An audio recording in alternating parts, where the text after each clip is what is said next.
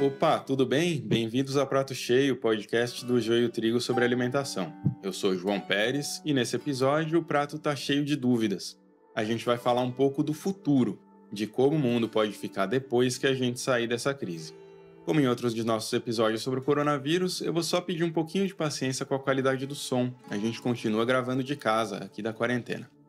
Eu também queria dizer para você que esse é o primeiro episódio do podcast que tem duas partes. É almoço nessa semana e janta na outra, como quer o governo federal, todo mundo comendo um pouquinho. Com vocês, o prato do dia. Bom, gente, eu tô aqui do outro lado da linha com o Guilherme Zóquio, que é repórter do Joio, e eu acho que uma pergunta que a gente tem logo no início é de que raio se trata esse episódio? Por que um podcast sobre alimentação vai falar do futuro, Gui? Pois é, João. Antes que alguém diga que a gente largou o bloquinho pra usar a bola de cristal, eu já vou dizer que não é nada disso. A gente é jornalista e gosta de olhar para os fatos. Por exemplo, uma coisa que a gente vai discutir nessa primeira parte, e ao longo desse programa, de uma forma geral, é a renda básica, que foi recentemente aprovada aqui no Brasil. Quem diria, hein? O ex-senador Eduardo Suplicy, que passou a vida inteira defendendo esse projeto, mal se aguentava quando ele foi aprovado. Quem alguma vez na vida viu alguma palestra do Suplicy, com certeza ele falou sobre isso e cantou Blowing the Wind. And how many times must the cannonballs fly before they are forever banned? The answer, my friend, is blowing in the wind. The answer is blowing in the wind. Pronto, agora tá resolvido. Bem, voltando, né? A renda básica, apesar de ser apenas emergencial aqui no Brasil, mostra que a crise trazida pelo coronavírus nos faz repensar várias coisas. Eu estava lendo uma entrevista outro dia com o linguista Noam Chomsky. Inclusive eu recomendo que vocês leiam. A gente vai colocar aqui na descrição do episódio. E ele se perguntava sobre em que mundo a gente quer viver. No fundo, a discussão é se a gente vai continuar vivendo sob o neoliberalismo ou criar um jeito mais solidário e humano de viver em sociedade. A gente tem visto essa pergunta se repetir por muita gente nas redes sociais. Afinal de contas, a gente quer voltar para a vida que a gente tinha antes da quarentena? A gente fala um pouquinho sobre isso num texto publicado na semana passada lá no Joio, sobre descolonizar o imaginário, sobre como todas as medidas propostas até aqui pelos principais governos estaduais e federal envolvidos nessa medida ficam dentro de uma mesma caixinha. Uma caixinha que pensa mais no lado empresarial da história do que na superação dessa matriz econômica.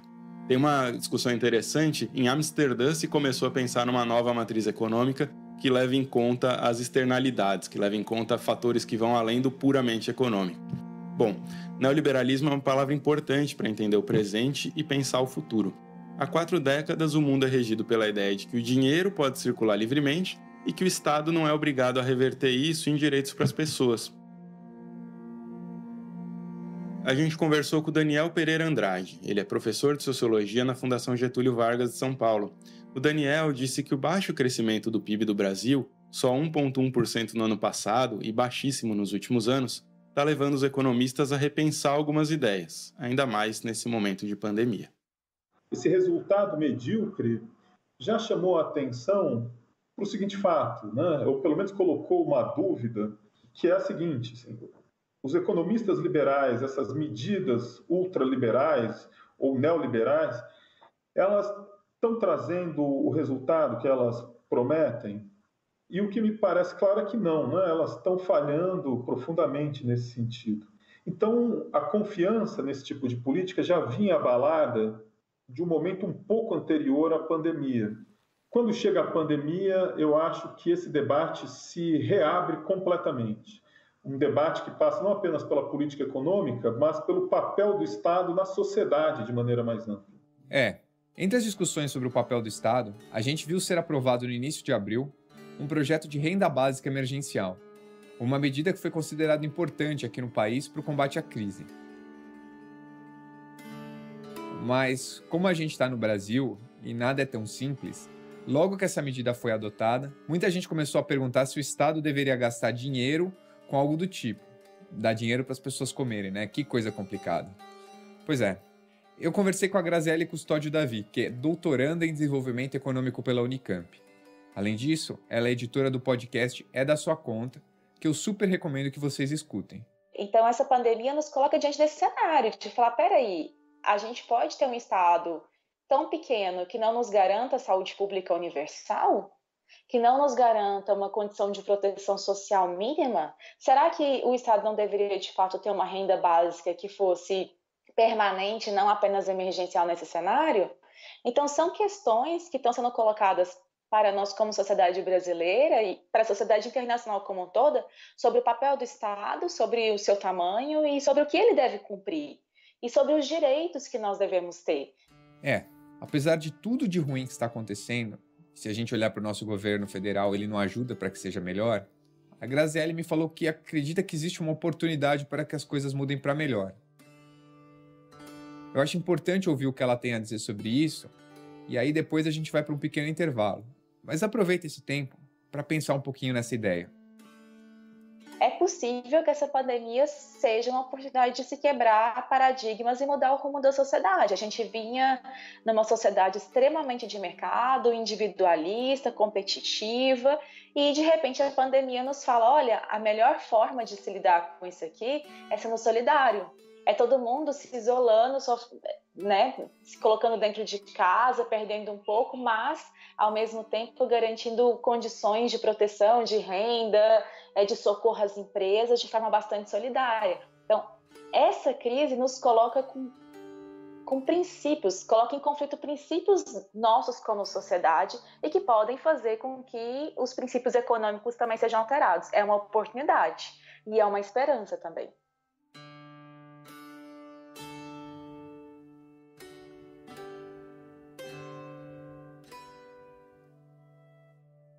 Oi pessoal, aqui é a Amanda.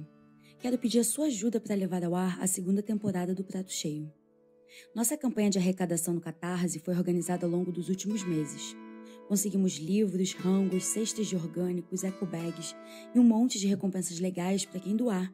Queremos sempre fazer mais e melhor. Se você puder ajudar nesse momento, ficamos muito gratos. Entra lá no catarse.me/prato cheio.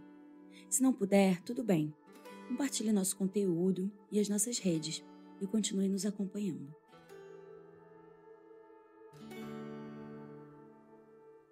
Entre os direitos que a Graziele mencionou no bloco passado, a saúde pública provavelmente é a mais importante deles nesse momento.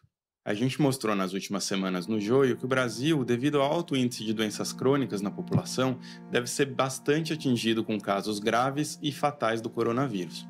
A obesidade é o principal fator de risco associado às mortes por Covid-19 na população com menos de 60 anos de idade, segundo os dados do Ministério da Saúde. Até 20 de abril, 54% dos óbitos pela nova doença nessa fatia da população foram de pessoas obesas. De acordo com a Agência Nacional de Saúde, menos de 1/4 da população tem plano de saúde. Ou seja, mais de 150 milhões de pessoas precisam do SUS e do direito à saúde garantido para conseguir sobreviver à Covid-19. Na nossa conversa, o Daniel lembrou a gente que a saúde é apenas um dos direitos que seria importante que o Estado assegurasse. Eu acho que essa situação deixa muito claro que, ao contrário do discurso de think tanks neoliberais, de que o Estado nada mais é do que uma força opressora que rouba as pessoas através dos impostos, e que distorce esse suposto paraíso dos livres mercados, o Estado tem funções que estão bem longe também de serem apenas funções opressivas. O Estado pode ter também funções que são funções emancipatórias para a população, tanto na proteção de vulneráveis, mas também criando condições para que as pessoas saiam de uma situação de extrema necessidade e possam, portanto, a partir daí fazer escolhas mais livres, e não apenas escolhas de mercado, mas escolhas democráticas mais livres. O papel do Estado, então, nesse sentido, eu acho que ele sai reforçado. Consequentemente, todos os grupos do funcionalismo público, ou os grupos políticos que apostam nesse papel mais social-democrata ou de bem-estar social do Estado brasileiro. Bem, a renda básica emergencial é uma ação que esse Estado emancipador que o Daniel comentou com a gente, é uma ação que esse Estado pode tomar. Uma questão importante é como fazer com que os gastos públicos fechem a conta. custo estimado só da renda emergencial aqui no Brasil, e só durante 3 meses, é de 59,8 bilhões de reais. Se a gente for pensar numa renda básica de R$100 por mês para todos os brasileiros, uma quantidade bem menor do que os R$600 ou 1.200 que estão sendo pagos, o custo para o Estado seria de 248 bilhões de reais por ano. Quem disse isso é o idealizador da proposta, o ex-senador Eduardo Suplicy, em uma entrevista para o jornal Folha de São Paulo. Eu perguntei para a Graziele como é que a gente poderia fazer para fechar essa conta, isso é, como é que o Estado pode fazer para bancar os direitos de muitas pessoas. Eu acredito que o foco de quem deve financiar isso no futuro são grandes corporações. Até hoje, elas criaram uma série de mecanismos de operação no sistema financeiro global, internacional, no comércio internacional, evadindo recursos de uma série de países, mandando para paraíso fiscal, concentrando renda na mão de poucas corporações, criando grandes oligopólios globais, e na mão de poucas pessoas, criando poucos trilionários pelo mundo. Nesse cenário, a alternativa que nós temos é muito de redistribuição. Tem muito dinheiro no mundo em paraísos fiscais e esse dinheiro precisa voltar para a sociedade, porque muito desse dinheiro foi roubado. É hora de retornar esse dinheiro para as sociedades, fazer redistribuição, financiar direitos, financiar proteção social, financiar a saída dessa crise econômica, dessa pandemia, garantir saúde pública universal, proteção social universal. Tem dinheiro pelo mundo e a gente tem que dar um jeito de buscá-lo, com redistribuição.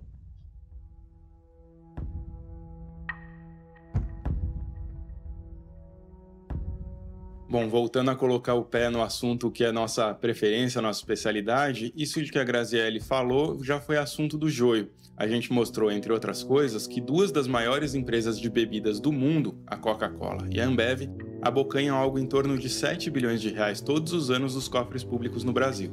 Se você quiser entender direitinho essa história, é só dar uma chegada lá no nosso site. No episódio anterior do Prato Cheio, a gente discute um pouco sobre isso quando fala sobre o imposto do pecado, a ideia de que as fabricantes de bebidas alcoólicas, refrigerantes, ultraprocessados e cigarros paguem a conta das doenças crônicas. Eu tô falando isso para lembrar que quem tem o dinheiro não vai distribuir de livre e espontânea vontade. Vai ter uma disputa política nos próximos anos para decidir como o Estado vai pagar as contas. É por essas e outras que o Daniel, na conversa que a gente teve, lembrou que apesar de a crise colocar o neoliberalismo na berlinda, pode fazer com que ele volte ainda mais forte. A pandemia traz junto consigo efeitos econômicos profundos e aumenta a crise econômica. Bom, isso quer dizer que o neoliberalismo vai ser colocado em xeque pela pandemia e pela crise econômica que ela vai desencadear? Bom, se a gente for olhar para as crises anteriores, talvez o que a gente possa dizer é o seguinte: a tendência é que o neoliberalismo se reforce ainda mais a partir dessa crise que está sendo desencadeada. Não é à toa que vários economistas liberais já estão falando que depois que passar o período acentuado da pandemia, que vai ser preciso fazer uma política de austeridade, um ajuste fiscal muito mais radical do que vinha sendo feito até então no governo Temer ou no governo Bolsonaro com o Paulo Guedes. E, portanto, isso aponta para um aprofundamento radical do neoliberalismo no cenário pós-pandemia.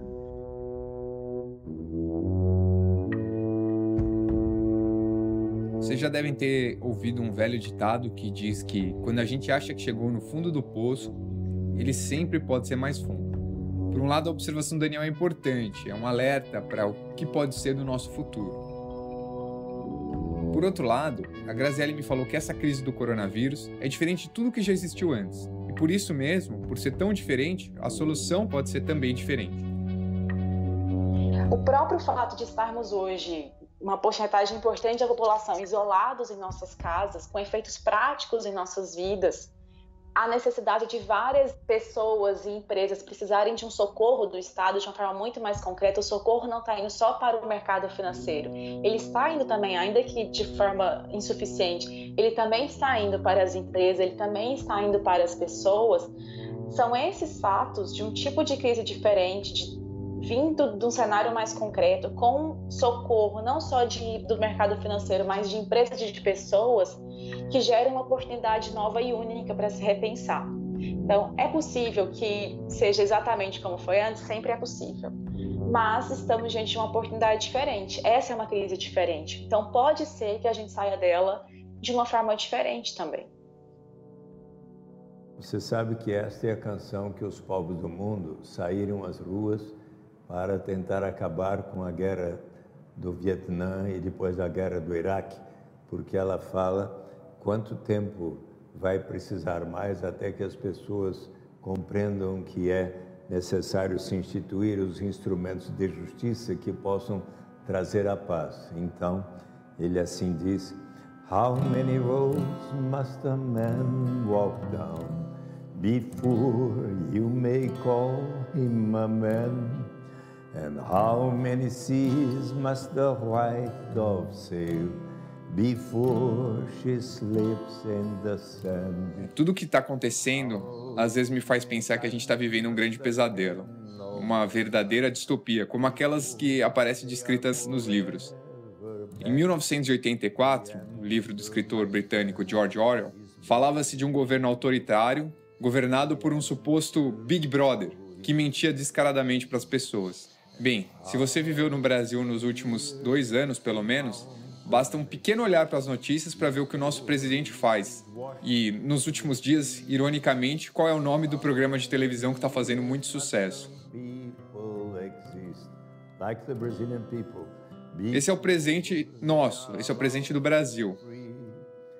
O que a gente queria com esse episódio do podcast, e também com o próximo, é ajudar todo mundo a continuar olhando para o futuro.